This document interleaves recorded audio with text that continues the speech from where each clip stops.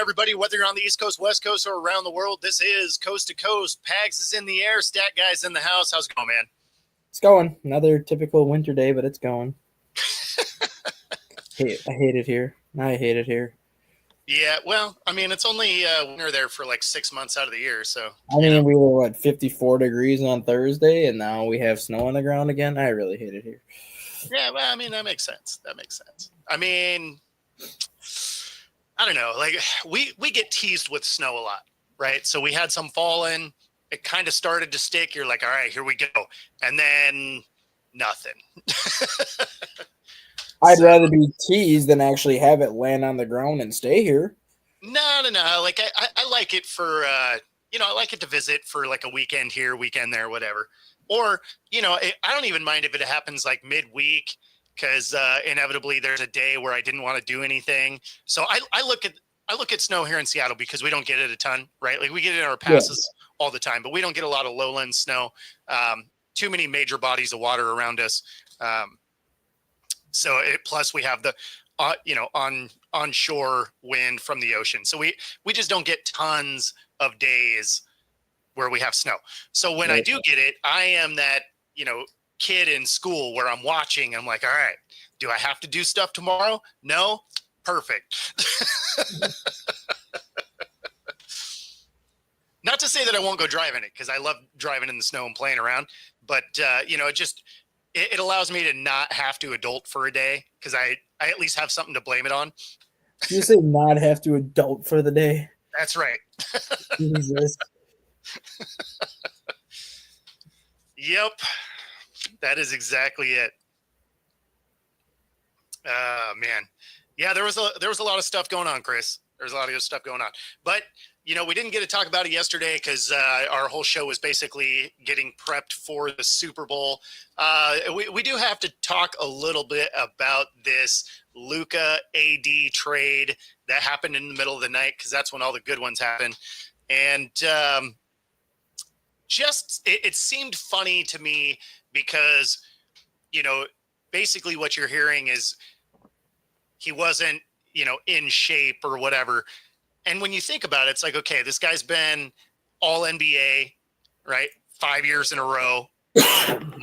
He played the most minutes of like anybody last season. So clearly that sounds like he's out of shape. And then you're going to go get AD, which outside of the last 2 years can't manage to stay healthy. Like, I don't know how that is. You have a generational guy that, yeah, he doesn't look like the most athletic dude out there, but he dominates all the time. So I don't know. It didn't make a ton of sense to me when you look at like who got better. Obviously the Lakers. Like the Lakers are the obvious viewpoint of they won this trade. Yeah. I mean, plus they cost Luka $100 million. Yeah. But the thing with Luka too is like you're essentially trading a hurt player for a hurt player at this point because neither one of them is healthy. But like you look at the Luka Doncic trade going to the Lakers. Depending on how long LeBron stays in Los Angeles, you could make the legitimate case that this is the best player that LeBron has ever played with. And like you've seen what he's done with Chris Bosh, you've seen what he's done with Dwayne Wade when they were in their prime. Obviously, he won a championship with Los Angeles with Anthony Davis in his prime. He's won a championship with Kyrie Irving in his prime in Cleveland. Sure. None of those players can do what Luka Doncic can do. And just the way that Luka Doncic can pass the ball, just the way that he's kind of like a matchup nightmare similar to what LeBron James is. Watching those two guys play together is going to be exciting just because they have similar skill sets, but they just do it different ways. And then you look at the thing that's good about this matchup is it makes it so that LeBron gets to play off the ball. Yes. Right? Because at this stage in his career, he's not what he once was. No. He has moments and he can be special at times, but he can't be the guy that's running the show. So now you have Luka in there. It also gives you the opportunity of when LeBron's done, you have your next guy. Yep. And the thing with Anthony Davis, Anthony Davis has proven he can be special when he's healthy, but ultimately that's always been his biggest issue is staying healthy. But now you're going to Dallas, and as weird of a lineup as this may be, Dallas could essentially put out a starting lineup of 3 7-footers if they wanted to, because you have Anthony Davis, you're going to have Daniel Gafford, who's actually been very good this year, and then you have Derek Lively, who's a 20-year-old who's super freakishly athletic, who's been seeing a ton of minutes. So you could essentially be trotting 3 7-footers out there. Sure. Anthony Davis being your 4, Gafford your 5, Derek Lively your 3. That becomes a matchup nightmare for a lot of teams just because of the size and the athleticism that most of them bring. Sure, but at the same time, you're looking at that lineup and you're like, okay, well, Kyrie and AD are going to both miss half the season. And so they're going to play 25 games together tops. I mean, if you go 20-5 in those 25 games, though, I mean, you're putting yourself pretty much in a good playoff position the rest of the way, no matter what happens. Yeah, I don't know. It reminds me a lot of the Brooklyn Nets, where the roster, you're like, okay, this roster looks awesome with Harden and KD and company. And you're just like, okay, yeah, that could be cool. But they played 12 games together. And they were 12-0 in the games they played together. They were, but you know what's funny is you sort of need your dudes when playoffs happen. Right. Well, I mean, unless you're Kevin Durant and you almost single-handedly beat the Bucks on your own, and you came within a centimeter of doing it. Yeah, but you're not going to run through the playoffs that way. Like, you may find your way through a series, but you're not going to win a championship, most likely. No, but I still look back at that series like, who knows what happens if they beat the Bucks? Does Kyrie Irving come back in the next series? Does James Harden come back in the next series? And then if they win that series, does another piece come back? Yeah, or do they just re-injure themselves because they were hurt all year? They could do that too. Yeah, like, who knows? The what-if game is always terrible. But, I mean, when you looked at that roster, though, you're just like, okay, yeah, that roster could hypothetically win. And Dallas, similarly, hypothetically, sure, it could work. But then you realize who the players are, and you're like, yeah, I'd bet the under. Right. Like, if everybody stayed healthy and played how they're supposed to play, yeah, they could absolutely win some games. But because we have years of film of them not doing that, doesn't make me feel good about it. Right. Whereas when you look at LeBron, who's largely been healthy through his career, you look at Luka, again, generally available. I feel much better about that Lakers roster than Dallas. Yeah. Then you have the other trade that happened, I think it was Saturday night, with De'Aaron Fox going from Sacramento to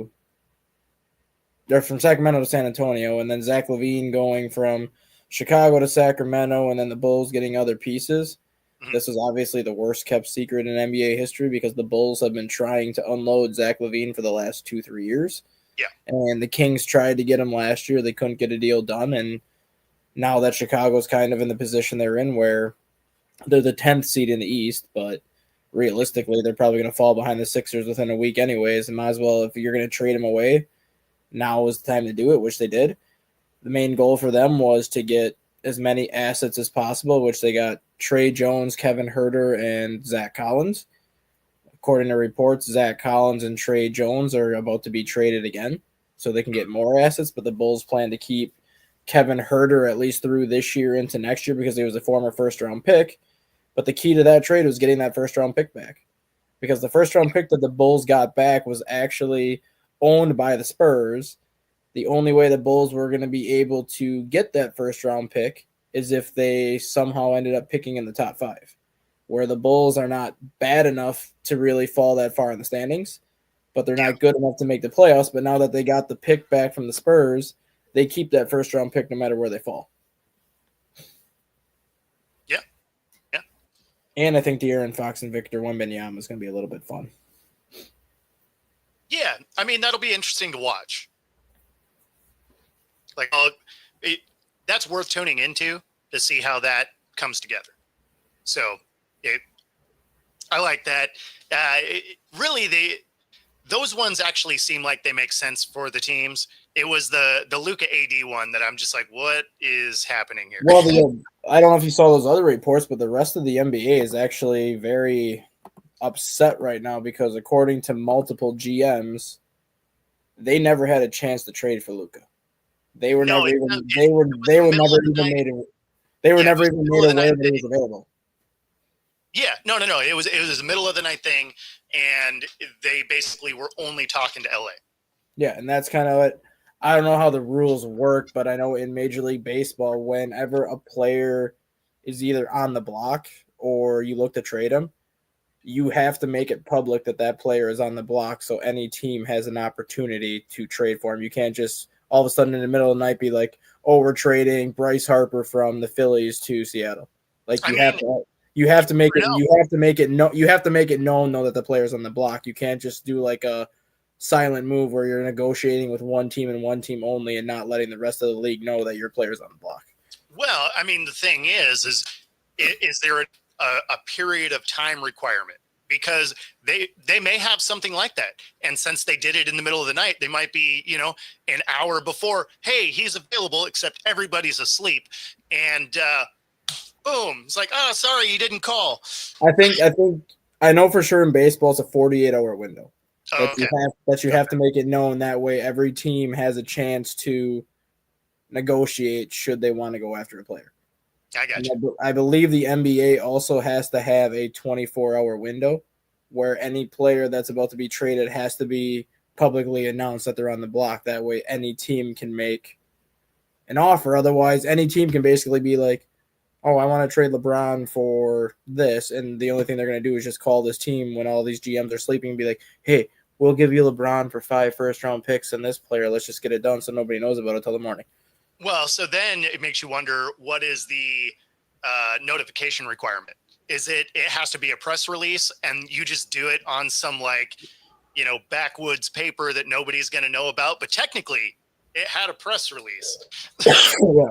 Like, obviously there's ways to massage that rule that they had to have been done, right? Because this thing, again, it happens in the middle of the night, nobody knows about it, boom, it happened. Like, everybody wakes up to the news. So they found a loophole no matter how it went down. They did find a loophole, and I think the rest of the league is upset because I'm pretty sure there could have been a lot better packages put together by some of these other teams, especially ones that have multiple first-round picks, especially ones that can give Dallas more future assets as opposed to pretty much just like Luka AD straight up, basically. I think, it makes you think that they wanted AD. No, I agree. They wanted AD, but you have to look at it too. Like, I'm just going to use this as an example just because obviously that would never happen. But you mean to tell me if the Denver Nuggets didn't call Dallas and be like, we'll give you Jokic for Luka in a first-round pick, Dallas is not going to take that that. would never happen, but sure. Yeah. But it's just like an example. Like, you mean, like, even if they wanted AD, if another team all of a sudden said, we have 4 first-round picks the next couple of years, we will give you 2 first-round picks plus this player for Luka. You don't think Dallas would take it even if they wanted AD? Getting 2 additional first-round picks is something that they can build towards really quickly. I don't think that's what they're trying to do because of the way this went down. This looks like we want that guy. Like, damned anything else, that's our guy. We're going to go get him. Like, that's what that looked like. So could other trade, potential have been better? Sure, of course. Yeah. But it wouldn't have been their guy. So it makes me think that they were singularly focused on getting AD. Right. Which I don't really get. Because, again, outside of the last 2 years, he hasn't been that healthy. And probably my biggest thing with AD is he has moments where he looks good, but if he ever has to be the guy, that's the key. He falls apart. Now anytime he has to be the alpha dog out there, he's not that dude. No, because now he's going to Dallas, where Kyrie Irving is not what he once was. So now you're going to have to be the guy again in Dallas. And even with his age, even if he was a healthy and not like a liability for health, given his age, I don't think he could be the guy anymore. Well, and the thing that's funny is Kyrie isn't good at being the guy either. No, they're both not. like you're going to have 2 guys that aren't really leaders. Kyrie needs like the LeBron alpha dog. to play Yeah, off of. And the 100%. same thing with AD. Like AD, from a skill set, AD is obviously skilled enough to be the guy, but he doesn't have that leadership mentality. He doesn't have the mentality you need in like the leader. So he needs to play off of somebody that has that. And now you have two guys that are good enough skill wise to be the leaders, but they don't have that mindset. No, and that's why I say, like, if you look at the roster, if you look at it on paper, you're like, okay, that could be cool, which is why I brought up the Nets, right? Because you're like, okay, like on paper, that seems like it could be cool. And then you understand who the players are, and you're like, that is never going to work. Nope. How's it going, David? Yeah. So I don't know. It's funny. Again, not that we talk a lot of basketball on this show typically, but you know, we are getting closer to when basketball starts to matter again. And Jimmy Butler was not technically denied a trade to the Warriors. Yeah. He refused to not really necessarily sign an extension, but he refused to indicate that he would be willing to sign an extension. So Golden State pulled out of the trade because they're not going to trade for a rental. They want to trade for somebody that at least has multiple years of control. Yeah, no, which makes sense, which is funny anyway, because this is the NBA and it is uniquely dumb in the way that even when they have control, these players have so much control that they find a way out anyway. I mean, we watched KD do it a couple of times. Yeah, speaking of KD, he looks like he might be going back to the Warriors too. But the thing with Jimmy Butler is the team that he wants to go to is Phoenix. Like that, he's made it perfectly clear. Like that's where he wants to go. Sure. But the only way Phoenix can get that deal done is by getting rid of Bradley Beal. And Bradley Beal is refusing to waive his no trade clause because he knows that Phoenix is trying to get Jimmy Butler. So he's basically saying, F you, I'm staying here. There's nothing you can do about it because you can't trade me. Yep. I mean, you can release me and pay me $50-some million a year the next 2 years, but you can't trade me. I mean, I would hold them to it also. I would too, especially you traded for me in the first place from Washington. You gave me the 3-year, $150 million deal. Yep. And 1 year later, you're trying to get rid of me because Jimmy Butler said he wants to come here? No, I'm denying all my trades, and you are going to pay me my $100 million left to pay me. No question. You want to sit me on the bench? Go right ahead, but I'll collect my $50 million paycheck sitting on the bench in street clothes. Yep. Or if you just out and out release me, then, I'll collect my money that way, and then you still don't have the money to sign Jimmy Butler anyway. So, hey, kudos to you. Exactly. And it frees you up to still go play somewhere else. Yep. Because once you're released, it doesn't matter. You get your money either way, and you can go play. You can sign a $2 million deal with anybody you want, and the Sun's still got to pay you that $50. That's exactly it. So, yeah, no, it's, I don't know. Kind of crazy. Sticking with basketball for a minute, and when I do see your question there, we will get to the NFL for sure. But NCAA under a little scrutiny here. Reported by CBS is there is a potential gambling ring that is being investigated. North Carolina, AT, Mississippi Valley State, Eastern Michigan. And some of this goes into players that are currently involved in the NBA, has a federal investigation going on. Good for them. I mean, when isn't the NCAA under scrutiny for something? Well, I mean, it's not like this is a shock, no. Right? Like you have gambling in every facet of every organization at this point, and then like, oh, we're mad because players or coaches or refs are manipulating things to, hit parlays and stuff. And it's like, well, what did you expect? All right.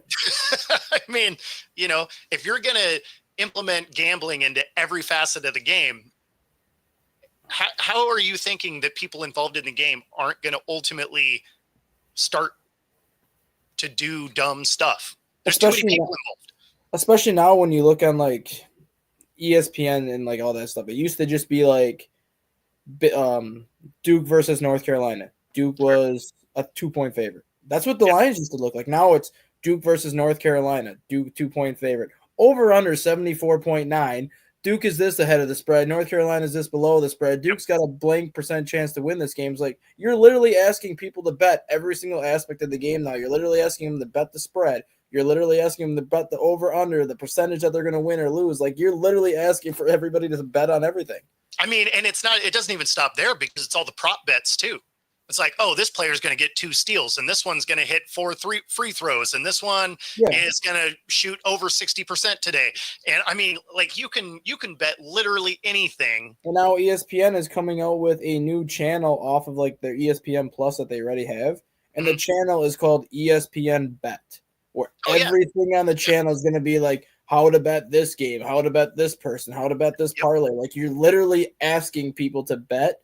And the more people you're asking to bet, the more referees are going to get involved. The more like all these organizations are going to get involved, because it's like there's so much money involved in it. Why wouldn't you? Why wouldn't you try to make Vegas lose all this money if you can?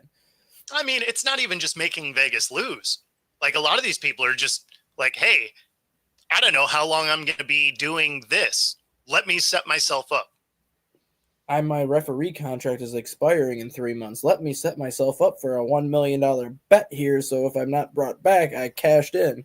Yeah. No, I mean, you knew that gambling, with the amount that they're pushing it in, I mean, the NFL is sponsored by every gambling book known to man, right? NFL, great. So like, it's crazy that they're like, oh my God, people are doing this. It's like, well, yeah. like why is this news? Like, it doesn't make any sense. Of course people are doing it. You've basically forced it down their throat for the last few years. And now when you think of, like, everybody else kind of is limited a little bit, but when you think of the NFL, it's Caesars and DraftKings and even during the games, like, college football was the worst, I think.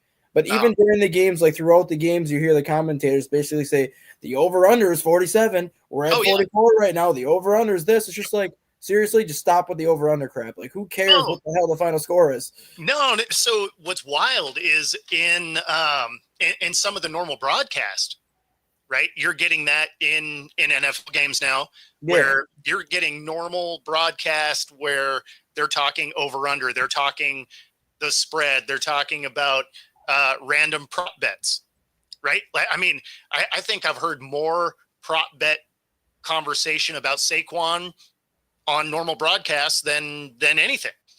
I mean, so yeah, it's just, it's funny that they think that that they're surprised that this is going on. Yeah. And then similarly, gambling. Welcome to Major League Baseball. Cool. So the the umpire that called a perfect game in the 22 World Series, he gets fired. Was that yesterday, day before? I think he got fired Sunday. Oh, probably Monday morning. So yeah, Monday. Yeah. So for exactly that, gambling. Hey. Yeah, no interpreter for that guy, Steve-O. He gets to own that L all on his own. I hope he won a lot. Because that is, you're not going to be an ump anywhere. Nope. That essentially ended your career. Hope you had something to back it up, or at least cashed in huge when you did bet. Yeah, I mean, according to the reports, it said that his brother, which was technically the one placing the bets, made $214,000. I feel like that's not enough. When he would win, they said his average winnings were 35,000, which leads you to believe he's lost a lot more than 214,000 if he's only walking away with 214,000. Yeah, I mean, you can't ruin your career and also be bad at how you ruined your career. No. Right? Like, if you're gonna sports bet and you're gonna influence the game, right, which is what they're insinuating here, then you need to be better at it. Right? Because I mean, if your winnings need to be in the millions of dollars to make that worth it, so that when you do get fired, now don't misunderstand me if you're watching this. I don't condone any of it. I feel like you should not be involved in any kind of betting if you are part of the game. And that's just because I love sports and I hate seeing stuff ruin the sport. But that being said, if you are going to go do some dumb stuff, you better make it pay for it. I think in this scenario, he just loses his job. They can't do anything with the money because that has nothing to do with the sport itself, right? Yeah, Plus, if you had a fine levied by whatever organization you were employed with, but you got fired and you don't have checks coming in anymore, yeah, try to come get my money. right. That'll be right there at the bottom of the pile of things to pay. And, you're just like, yeah, no. I don't work for you no more. I know PayPal Exactly. friends. Yeah, that would be like getting fired and then they call you the next day and be like, hey, so we didn't have this report done or this order done. Could you put that together? My first response would be like, I got fired, right? And they're like, well, yeah. And it's like, then no, I don't work there anymore. Best of luck. Hope it works out. Hope you find somebody to do the work for you. So, yeah. Man. But yeah, I mean, again, it's hitting every major sport at every level. And, every time these reports come out, they're like, oh my God, it's happening. It's like, yeah, of course. Like, in what world wouldn't that happen? There's just too many people involved. Yeah, well, this is usually how people get caught anyway. Exactly. Right? Whether you are doing stupid stuff like this or when people are, criminals in general, they brag about things they did and then ultimately it gets out. And if people actually kept their mouths shut, they might have better luck. But I don't know how the rules work for you in Washington when it comes to betting, but in Wisconsin, we actually don't get a bet. Okay, well, in Wisconsin, if you win the lottery, you actually have to announce your name, first name, and last name. That is the one thing I hate. That is the one thing I hate about it. Like, if you win, you should be able to just keep your mouth shut and be like, oh, the person that won. Yep. I wouldn't even care if they said, like, what city I lived in, because I live in a city. Yep. Okay, well, you're never going to know who won if, like, obviously, if I wake up the next day and buy, like, 3 cars and build a $20 million house, obviously, I know I won the lottery. People are going to figure it out. But if I, like, don't do anything stupid, like, if I take the money, I put it in the bank, I hire basically people to watch my money, and if I buy a new car, but nothing, like, super fancy, like a $40,000, $50,000 car, because that's what cars cost now, like, if I don't go and buy a Lamborghini, no one's going to know that I won the lottery. And, like, I really don't want to have people know that I won the lottery because I'm asking people to shoot me and rob me, and I'm never going to get to see my money anyways at that point. Well, yeah, you're also talking about, everybody you've ever met. They're like, hey, friend. Yeah, exactly. No, so I hate that rule in Wisconsin. It makes me just upset to the brink. So here in Washington State, although we can't sports bet or do normal gambling, we do have the lottery, right? So we have a state lottery. We also get to play in the Powerball, stuff like that, right? It used to be here that we could remain anonymous and you could have a lawyer pick it up and like you could do that. It was roughly 20 years ago now that they changed that to now you have to be a public figure. So you have to come out, I won the lottery, all of this, right? And I don't know why they changed it, because personally I would also want to do that. I would want to remain anonymous for that, right? Because you don't want to have just random weirdness. It's more like, it's not even the weirdness. Like, I wouldn't care if, like, people called me. Like, if they're going to call me and ask for money, it is what it is. I'd be more so just concerned about the safety, not only for, like, me, but my family, not just, like, my kids and my wife, but just, like, any one of my family members, because anybody could be like, oh, this person knows where the money is or whatever. Like, that would be more what I'm concerned about. It's just the overall safety aspect of it. Like, I just won $300 million. That's not money that anyone, for the most part, is going to see in their lifetime. And if I have to announce who I am and where I live, I can't even put it in the bank and be safe about it, because once I make it public that I have that much money, every Tom, Dick, and Harry is going to be looking for me to get that money. Yeah, I mean, so you don't have to put your address, but not that it's hard to figure out. But I'm saying everyone knows where, like, if you live in the city, everyone knows who you are. And basically, when my city's only 11,000 people, people are going to know where I live regardless if they don't know me or not, because it's not going to be that hard to figure out where I live in that small of a town. Well, I mean, if you own your house, it's public record anyway. So, yeah. I mean, you know, if people want to find you, they can find you. It's exactly. really not that hard. But yeah, no, it's. I wish that was still something anonymous. Sadly, it's not. But you know, I think that's where you lean towards the take it over time instead of the lump sum. Right. Well, I would always take it over time. Somebody asked me that the other day, where if you won, I think the Powerball was like, whatever, 685 million, and then after taxes, you ended up taking home like 320 something. And then somebody said, would you take the $320 million lump sum, knowing that you will probably never spend that in your lifetime unless you just spent it on stupid crap like all day, every day? Sure. Or would you do the $15 million a year for 20 years until it's paid out? I'm like, I take $15 million a year for 20 years because I can be like, oh, $15 million. I can do whatever I want with this money. And then whatever I didn't spend, I'm getting another $15 million next year added onto it. Yeah. I mean, I guess that depends on, you know, what it is you are trying to do. Cause like if you're investing it, stuff like that, then I mean, the lump sum could make sense. You might have a better return than it. I guess it depends on how disciplined you are as a person. Well, I would never spend. If I had $15 million a year, I don't even think I could spend $15 million in my lifetime. Oh, I mean, you definitely could. Well, like yeah, but like I'm not a stupid person when it comes to money. Like if I had $15 million, yes, I'll probably buy a house that might be a couple $1 million, just because once I make that purchase, I'm never moving out of that house again.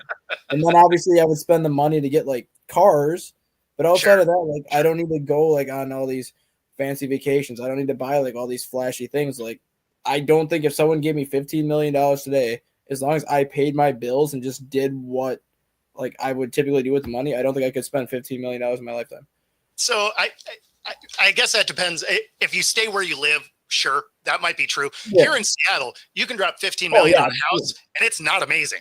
Yeah, that's like, because of where I live. Obviously, the living's cheaper by me. But like, if I stayed not necessarily in my city, but like if I stayed in Wisconsin somewhere, and like I said, if someone just gave me $15 million, I would have a very hard time going through that entire lump sum in my lifetime. Yeah, I mean, so for the most part, I agree. Right. Yeah. I mean, because you're going to buy a house once and whatever. Buy a house once, you're going to buy a car, which you're hoping that can last you 10 years. And then if you have to get another car, it is what it is. But then you just pay your bills and all your standard stuff, and you should be good on money for a while. Yeah. I mean, so it really just, it depends. Like it depends on the size of the win, right? Like if it's one of those 600 to, you know, $600 to $800 million, I'm probably doing the 20-year payout also. Yeah. Right. If it is a lower sum, then I'll probably do the lump, because then I would invest it in a way where I can mostly live on what, you know, the returns are. Yeah. Yeah. So it really just depends on how big the win is. Right. Or if I think I'm going to live 20 years, I guess, depending on when you win it. Exactly. If I'm 71 years old and I just won $40 million, I ain't no lump sum. Let's go. Lump sum. I'm blowing as much of that as I can in the next 10 years. Going to Iceland. I mean, that does limit the amount of amount of places you can spend it, because Iceland's not that big. Right. Man. That being said, with all of the dumb people doing just bad betting, you can also bet right here with Coast to Coast. The QR code on the screen. Three deposits up to 125% of those deposits, 10% bet guarantee. If you happen to bet poorly, kind of like the MLB guy that apparently did not get a great return. But yeah, use the QR code on the screen. Bet right alongside us here on Coast to Coast. And if you're in the Pacific Northwest, True Fusion Gym, whether it's Bellevue, Ballard, University Village, get a free 5-day pass at any of the 3 locations with the QR code on your screen. Pilates, boot camp, yoga, and more. Find your edge. True Fusion Gym. All right, so got to talk some NFL. And of course, everybody's speculating about Myles Garrett, but first I want to touch on Cooper Kupp because this sounds like it was a complete shock to Kupp. It was because he a month ago he said he wanted to retire as a Ram and sign a new contract, but then all of a sudden the Rams like, no, we're going to trade you. Yeah, no, he put out a post on Twitter, X, whatever, saying he was planning on starting as a Ram and ending as a Ram. And, it was news to him as much as anybody else. And, but he's, excited about whatever's next. Right. Mm-hmm. Which, I mean, you kind of have to say that. But this one, I was a little surprised. I was a little surprised at this one. I was too. I mean, obviously Puka Nacua is a great receiver also, but you need more than one great receiver to have success in the NFL. And we saw, not this season per se, but we saw last season what happens when the Rams don't have Puka Nacua or Cooper Kupp. They are not a very good football team. Look at the first 6 games of the year this year. The Rams are 1-5 without Nacua and Cooper Kupp. And then those two come back, and they were one of the hottest teams in the NFL the final 2.5 months of the season. Yeah, no, absolutely. This one came as a shock. I wonder what they're searching for in a trade.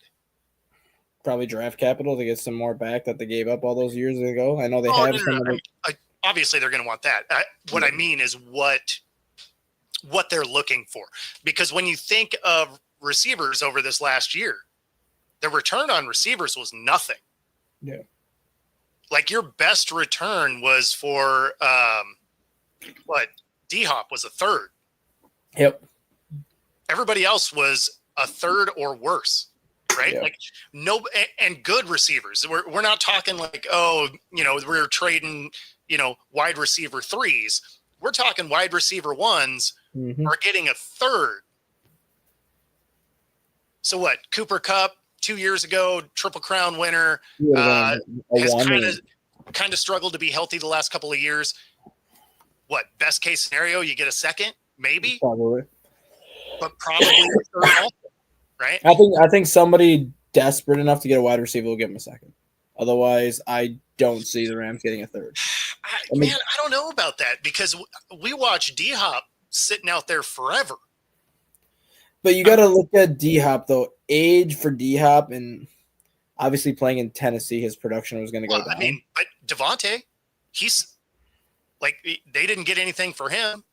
That was more so, I think, because of I think a lot of it had to do with just the contract that Devontae Adams is on.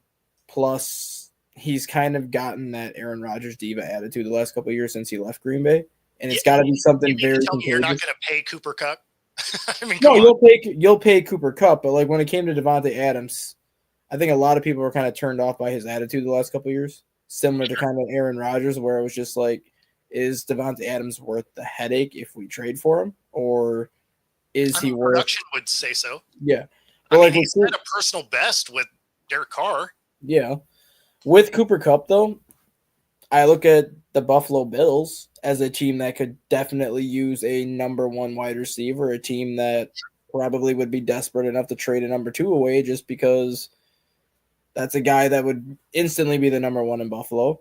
You have to look at the Ravens as an option because Zay Flowers is their number 1 right now, but is he really a true number 1 or is he just the number 1 by default because of the team he's on? I mean, I like Flowers. Flowers is good. Steelers. I have the Steelers as an option to pair him with George Pickens and kind of give George Pickens that veteran mentor that he really hasn't had since he's been in Pittsburgh. So the Steelers could definitely use him. The thing is all the aforementioned guys that we were talking about were available for the Steelers also. And that the only reason, and this is no disrespect to Mike Tomlin and the Steelers, but the only reason, in my opinion, why the Steelers didn't go and make one of or didn't go and trade for one of these guys is they started the year 10-3 before they faded at the end of the season. Like, they were in such a good position mid-season where I think Mike Tomlin had the mindset where it's like, we're 9-2 with what we have. We don't need to add anything because of where we're sitting, and then the bottom fell out. Like, I don't see them making that same mistake again. See, that is like, I don't get that thinking anyway. So like I would be more like, McVay, where the Rams were on their Super Bowl run and they're like, you know what? Let's just go grab OBJ just cuz. Yep. I could see the Cowboys, if they can get some salary cap relief, going after Cooper Kupp to pair him with CD Lamb. What, get him to restructure? Because they couldn't afford him. Get him to restructure it and then pairing him with CD Lamb. And another team that no one really mentions that could be the Commanders could work too, Chris, because they do have room on their budget. Another team that nobody mentions that could be very sneaky depending on what they do this offseason is the Minnesota Vikings because of Kevin O'Connell. Kevin O'Connell was the one that pushed the Rams to draft Cooper Kupp because of the way Cooper Kupp played in college, and he felt that. Do you have the cap space? We have $73 million in cap space. Plus, if we don't bring Darnold back, that's going to give us an additional $20-some million in cap space, where if J.J. McCarthy is your guy, you go get him another weapon in Cooper Kupp, and now J.J. McCarthy's throwing to Jefferson, Addison, Kupp, and Hawkinson. No. I mean, that would be an insane group. And like I said, with Cooper Kupp, he knows the Kevin O'Connell system. He played with Kevin O'Connell in the Rams for 3 years. And like I said, O'Connell was the main guy to get the Rams to draft Kupp because he basically said, this is the perfect slot receiver for what we're trying to do in this Sean McVay system. And under Kevin O'Connell, Cooper Kupp got the Triple Crown. So it's like they exactly know what he does well. And if you bring him to Minnesota, he's not going to be a number one. Yeah. You can make the case that he's your number two, but even if he's your number three, technically speaking, Minnesota could have 3 essential number one wide receivers in that room. Yeah. No. Yeah. I mean, that would be insane for sure. Like that receiver room would be amazing. That's why I think a lot of that, like I said, has to do with what they do at quarterback. If they bring Darnold back, then obviously that trade can't happen because now you're taking your $73 million in cap space and cutting it down to 30 because he'll cost $40 million. If you but if you're trying to get Kupp to restructure anyway, maybe. Yeah, but if you finesse that. If you let him walk though and just start flat out with McCarthy, you don't even need Kupp to restructure. And you're still going to give yourself $45-50 million to play with, even with that contract not being restructured. Sure. Yeah, I don't know. That one's going to be interesting to watch where he ends up. And then, of course, the other big one is Myles Garrett saying, get me out of here. I'm surprised more players in Cleveland aren't saying the same thing because of Deshaun Watson and just where that franchise is right now. No question. Yeah. I mean, that organization is such a dumpster fire. Even when their roster is amazing, they can't figure their way out of it. So it's I don't know. I hope he does get traded. I hope they don't say, no, you're staying, because he deserves to be on a good team. Like he's an amazing athlete. So you want to see a guy like that go somewhere and have a shot at winning. Mm-hmm. Whereas the Browns, even with a championship roster, find a way to miss the playoffs. Yeah, and when it came to like the Myles Garrett trade talks the other day too, like they mentioned the Bears as a fit because the Bears don't really have a pass rusher besides Montez Sweat, but the Bears are probably not going to want to give up the draft capital for him because that's what they've built their roster off of. They mentioned the Packers as a fit because of they were one of the worst teams in generating a pass rush. But this morning they mentioned the Detroit Lions as a legitimate trade partner for Myles Garrett. And I just like looked at myself and like, oh, Myles Garrett and Aiden Hutchinson, that's fun. That's a nice next 3 years for any quarterback trying to make a pass. Right. Because the Lions have draft assets, and you have the situation where it's like David Montgomery, Jahmyr Gibbs. You could move on from David Montgomery and just go Jahmyr Gibbs. You could move on from Jamison Williams in that wide receiver core to give Cleveland some assets plus picks. Yeah, maybe. This one, it would be crazy. I don't see this happening. But I mean, it would be something else. The one I do see potentially though is I could absolutely see Pete Carroll going and grabbing Wagner. Bobby Wagner? Yeah. Oh, for sure. I was going to say that he was on a 1-year deal anyway. Yep. And so I could absolutely see Pete Carroll going and grabbing Bobby Wagner, bringing him to the Raiders. The Raiders offensive coordinator signing of Chip Kelly is interesting. I could see the Raiders getting Jamal Adams too, because Jamal Adams was released late in the year. The Lions picked him up on the practice squad. I don't see that being a thing. But the thing with Myles Garrett is Pete Carroll does not like Myles Garrett. That's why I don't think they spend the money that way. I don't think they'd spend the money. They have so many holes to fill. I don't think they're going to do that. But they could go get Bobby Wagner for almost nothing. He's still one of the more productive linebackers in the league. So yeah, I mean, I don't see a scenario where Garrett gets there, but Wags for sure. But I'm curious how Chip Kelly and Pete Carroll are going to work together. That's going to be an interesting dynamic to watch. I mean, because Pete Carroll is that like high energy pro player, you know, like you're always competing, but it's kind of a funner environment. And Chip Kelly's kind of a douche. Like, so, I mean, it'll be interesting to see how those personalities work. I think it's going to come down to what the Raiders do at quarterback too, because sure, of course. Chip Kelly, obviously a great head coach at the University of Oregon. He had 1 or 2 years of success with the Philadelphia Eagles before that.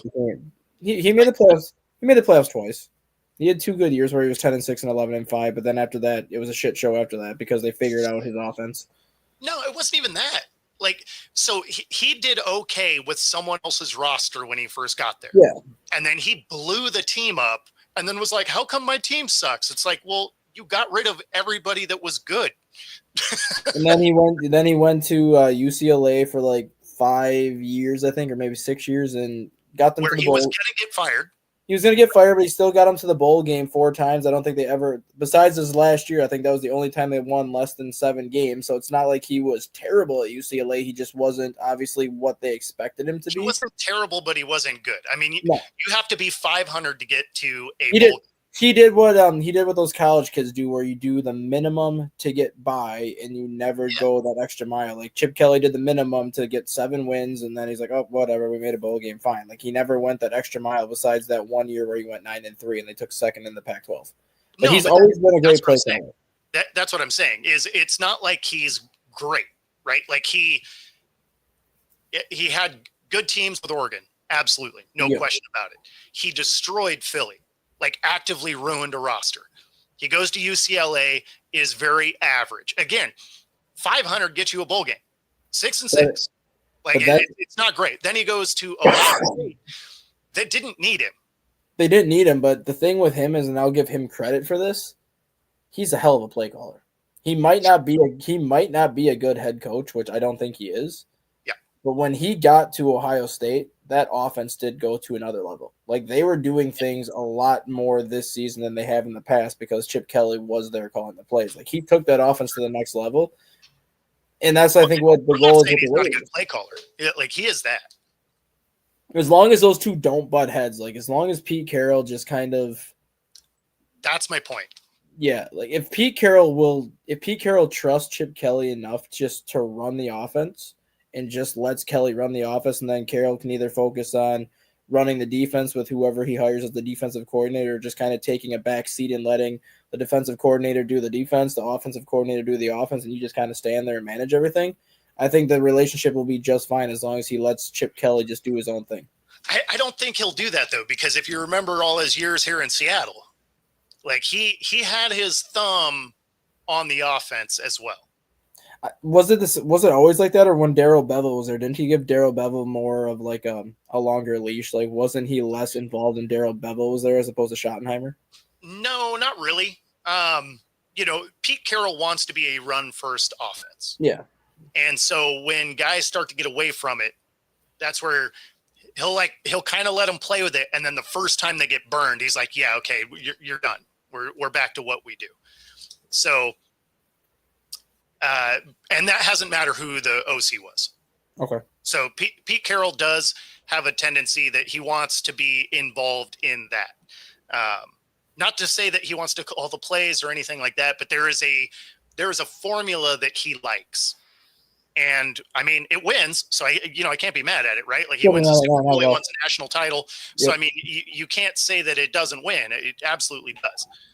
But at the same time, I think the personality differences between Carroll and Kelly could be interesting. Yeah, definitely. Then you add the whole, Tom Brady's somehow in the building, and like I don't know, it just sounds like. It'll be hilarious. I hope it's the dumpster fire that it sounds like it could be. I think it could be that way for the first year anyways. I mean, the first year they're just going to be feeling it out, right? I mean, it's not even like they have a roster to play with. Like their roster is terrible. They don't have a quarterback. Yeah. Oh, speaking of the Raiders, did you hear the funny news with Henry Ruggs? What's that? So Henry Ruggs is getting transferred from whatever prison he's in now to a prison that is directly across the street from the Raiders stadium. And the goal is for him to try to be released early to make a comeback to the Raiders. I'm like, there ain't no way in hell the Raiders are going to bring you back. I shouldn't say that. It is the Raiders. They may let you out early to bring you back. I mean, I would not rule that out. I was going to say, you're the Raiders. You may want to get that guy out early and bring you back. I mean, well, especially if there's some way that they still have controlling rights of his rookie contract. I mean, Lord knows he's probably working out in prison, so it's not like the guy's not going to be in shape. Well, he's not going to be in game shape. Not game shape, but like physical shape. He'll be in physical shape. If they somehow still own his rookie rights, why wouldn't you? Right. I mean, honestly, right? Like if he's half the athlete that he was, they don't have any players. Like their team is bad. So if you could get a guy that you had a high draft pick on and take a flyer, I mean, you bring him into camp, right? If you still own his rookie contract, why wouldn't you? Work out an agreement with the penitentiary where he gets a 3-hour Huber release every day where he can come to practice and practice. Right. And then he got to go back. And then all of a sudden it's the weekend for a game and he gets his 48-hour work release to get on the plane and travel, or he gets his work release to go play in the game. And then he's got to go right back. Yeah, I don't think they let you out of the state. I don't think that's how work release works. I've never had to do it, so I don't know. It's the NFL. I'm pretty sure it's the NFL. I'm pretty sure if the NFL gives that prison enough money, they'll come up with a way to give him a new work release just specifically designed for him. So, Rob, we didn't say that there was no way he'd go there. What we were saying was there were better locations for him to go. Like I liked him better for the Bears than the Raiders, just because of his energy level and the fact that the Bears have never had any. I think would have been interesting. Not true. They had Lovie Smith. Lovie Smith was a high energy guy, and he was probably the best coach they ever had since they won the Super Bowl. Well, yes, and they dispatched him. They dispatched him for going 10-6. Yes, makes no sense. Yeah, because it does though, because it's the Bears. But yeah, so it's not that we were saying he wasn't gonna go there, or there was no way he could go there. It was just there were other openings that made more sense, that were a little bit more let's go win today, because we were looking at it more as his age does play a factor, right? He's 73 years old now, I think. And in that scenario, do you really want to do a 4 or 5 year rebuild? Jacksonville and Chicago made the most sense for Pete Carroll. Jacksonville because of the cap space, and knowing that you have draft picks to retool now, plus you have the money to spend. And then the Bears, same situation. You have another top 10 pick plus a lot of cap space. But the Bears at least have talent pretty much on talent on offense. They have talent on defense versus the Jags that are still trying to figure out what kind of talent they have. I would easily say that's the best coached division. I mean, you have 3 Super Bowl winners and a national title, right? That's your 4 coaches. And Pete, who did both. I mean, like it's, that division is crazy. So, and I mean, that was the other reason why I didn't love the Raiders for him, is not only is it a rebuild, but it's in a division where you're slated to be last, right? My least attractive ones during this cycle were the Raiders because, for Pete, because of his age and what it was going to take to rebuild it.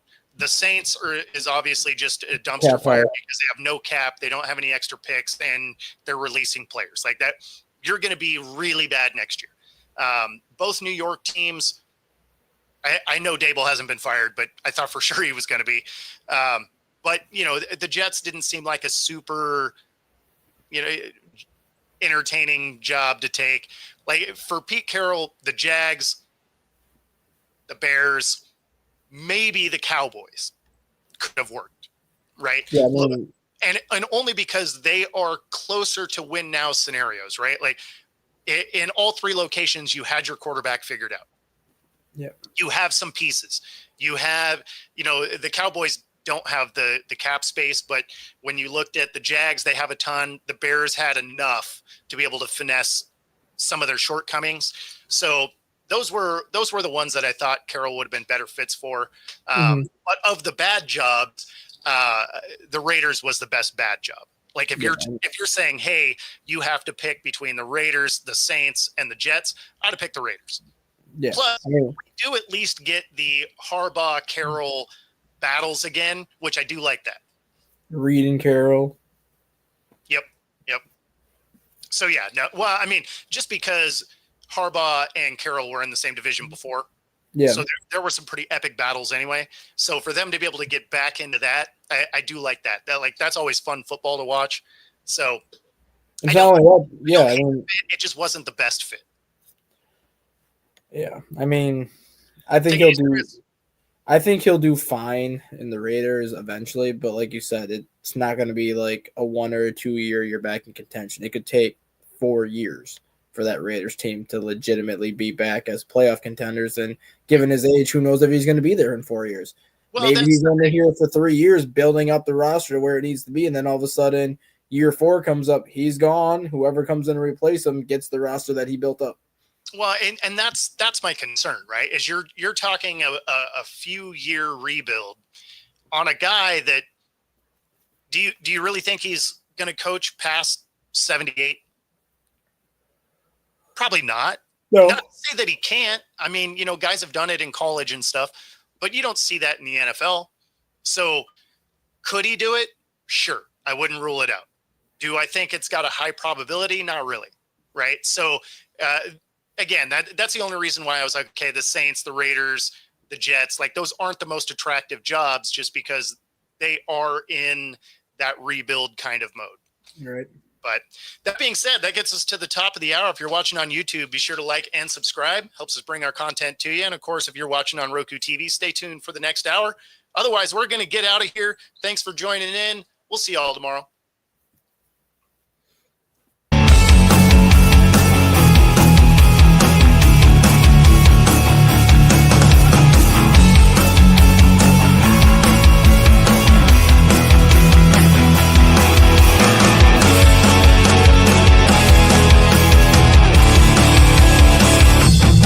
Introducing National Streaming Sports, live and on-demand sports talk programming that you can access 24/7. For the premier sports talk experience, tap into our Roku channel. Start your mornings with Mac and Jack covering all the weekend sports action. Then pour a cup and enjoy all the sports you can drink on the Coffee and Sports podcast. At midday, talk sports from east to west on the Coast to Coast podcast. Followed at night by some hot girl talk with Prim and Proper Sports featuring Sonia Pearson. Talk boxing on the Gloved Fist. Yankee fans tune in for Start Spreading the News. And there's more on the College Sports Huddle and Sports Scope with Robert Butler.